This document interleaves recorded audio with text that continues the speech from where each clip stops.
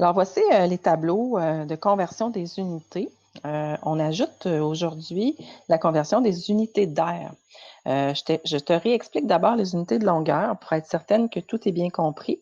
Donc, quand on parle d'unité de longueur, c'est lorsqu'on a affaire, par exemple, à des mesures de distance, donc des mesures de côté. Quand on parle de distance, quand on parle de périmètre. Okay? Donc, lorsqu'on a ce genre de termes-là, une longueur de clôture, des trucs comme ça, on parle des unités de longueur. Donc, les unités de longueur, on se rappelle dans le tableau qu'on avait les différentes unités, par exemple le mètre, qui est notre référence. Et lorsque je me déplace vers la droite, on a des unités plus petites. Donc, on doit multiplier par 10. Par exemple, j'ai 10 décimètres dans 1 mètre. Donc, si j'ai 1 mètre ici, j'ai 10 décimètres. 100 centimètres, 1000 millimètres dans 1 mètre. Donc, lorsqu'on s'en va vers la droite, on multiplie par 10, ce qui peut équivaloir à déplacer la virgule, si on en a une, vers la droite. Si on n'en a pas, elle existe quand même, elle est à la fin du nombre, mais on peut la déplacer, on va le revoir. Et lorsque je vais vers la gauche, ce sont des unités plus grandes, donc je dois diviser par 10. Donc, le décamètre, l'hectomètre et le kilomètre. Donc, ça, c'est les unités de longueur. Donc, si on se fait juste un petit résumé pour se rappeler ce qu'on avait à faire lorsqu'on voulait convertir ces unités-là.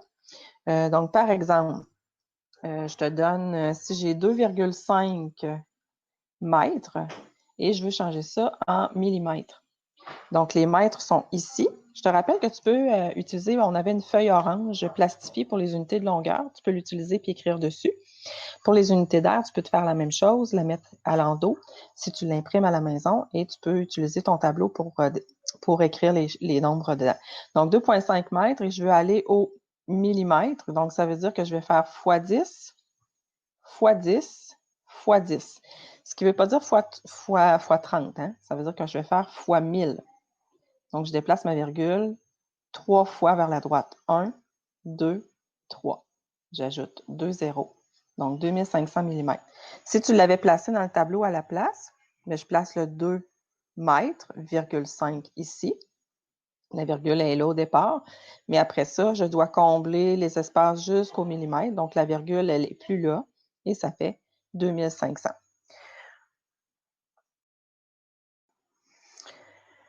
On va maintenant se faire un autre exemple. Alors, si j'ai 13,4 cm que je veux transformer en décamètres. Donc, les centimètres sont ici. Je veux me déplacer par là en décamètres. Donc, ça sera plus petit comme nombre lorsque j'aurai terminé. Donc, déplacement de 1, 2, 3 positions vers la gauche. Donc, je divise par 1000 en fait. Donc, si je prends ici la virgule, je déplace de 1, 2, 3 vers la gauche, elle est ici. Devant, il faut absolument que je mette un 0. Donc, je vais faire 0. Et ici, il faut que je mette un 0. Donc, 0, 1, 3, 4. Donc, 134 10 millièmes décamètre. Voilà. Donc, c'est comme ça qu'on change. Puis, si je l'avais écrit dans mon tableau, j'aurais écrit 13,4 cm. Donc, le dernier chiffre des unités est toujours dans la position demandée. Donc, 13 cm,4, comme ça.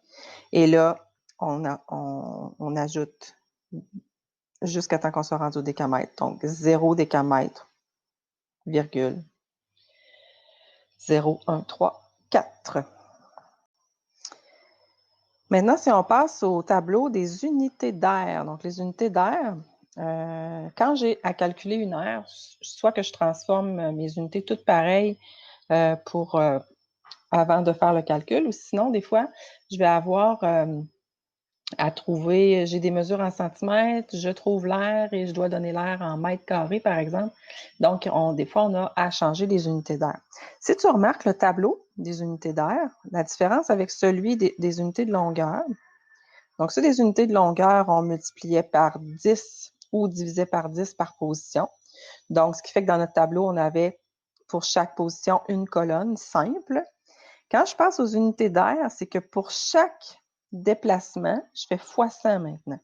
Donc, c'est pour ça qu'on a doublé on a comme des colonnes doubles parce qu'on prend en considération qu'on doit multiplier ou diviser par 100. Donc, je te donne un exemple.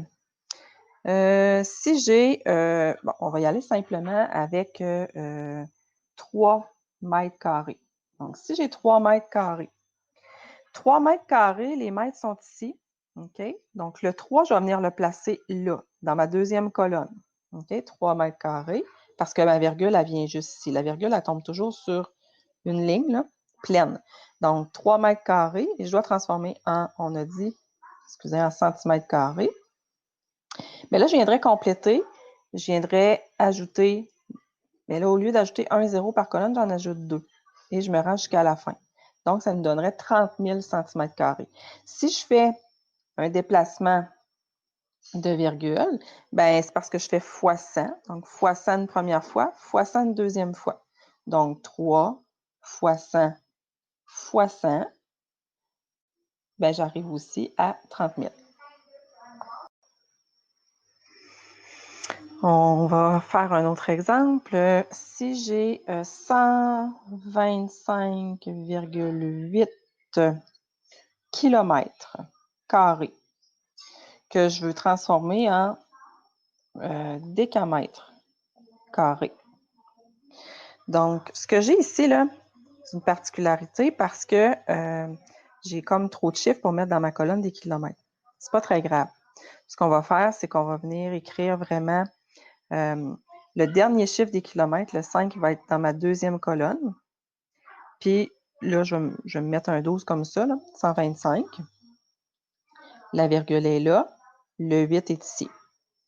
Là, je dois me rendre au décamètre carré. Donc, je comble jusqu'à temps que j'arrive à la fin des décamètres carrés pour que ma virgule soit après. Donc, c'est comme si j'avais multiplié, c'est pour ça qu'ici, peut-être que la multiplication, la division deviennent plus faciles que d'aller placer les chiffres dans le tableau, parce que des fois, ça peut être mêlant, comme si on ne savait pas trop quoi faire avec le 1 qui est devant. Mais si je fais, par exemple, je pars des kilomètres, je multiplie par 100 une première fois et je multiplie par 100 une deuxième fois. Multiplier par 100, multiplier par 100. Ça veut dire que je fais 2 déplacements de 2 positions. Donc, 1, 2, 1, 2. Et je me retrouve exactement avec le même nombre que j'avais dans le tableau. On y va avec un dernier exemple. J'ai par exemple 42,6 cm² que je veux transformer maintenant en mètres carrés. Voilà.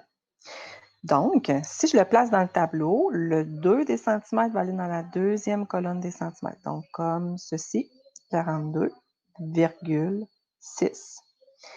Et si je le transforme en mètres carrés, je vais venir combler, mais là, attention, les mètres carrés, ils commencent là. Donc, sa virgule est juste après. Donc, je ne viens pas combler dans l'autre colonne à côté. Donc, 0,00426 mètres carrés. Si je ne le fais pas avec le tableau, bien, que je me fie au tableau pour savoir par combien de fois je vais diviser par 100. Donc, je suis ici, je divise par 100 une fois, je divise par 100 deux fois. Donc, si je le fais tout simplement avec la virgule, donc diviser par 100, je déplace de 2.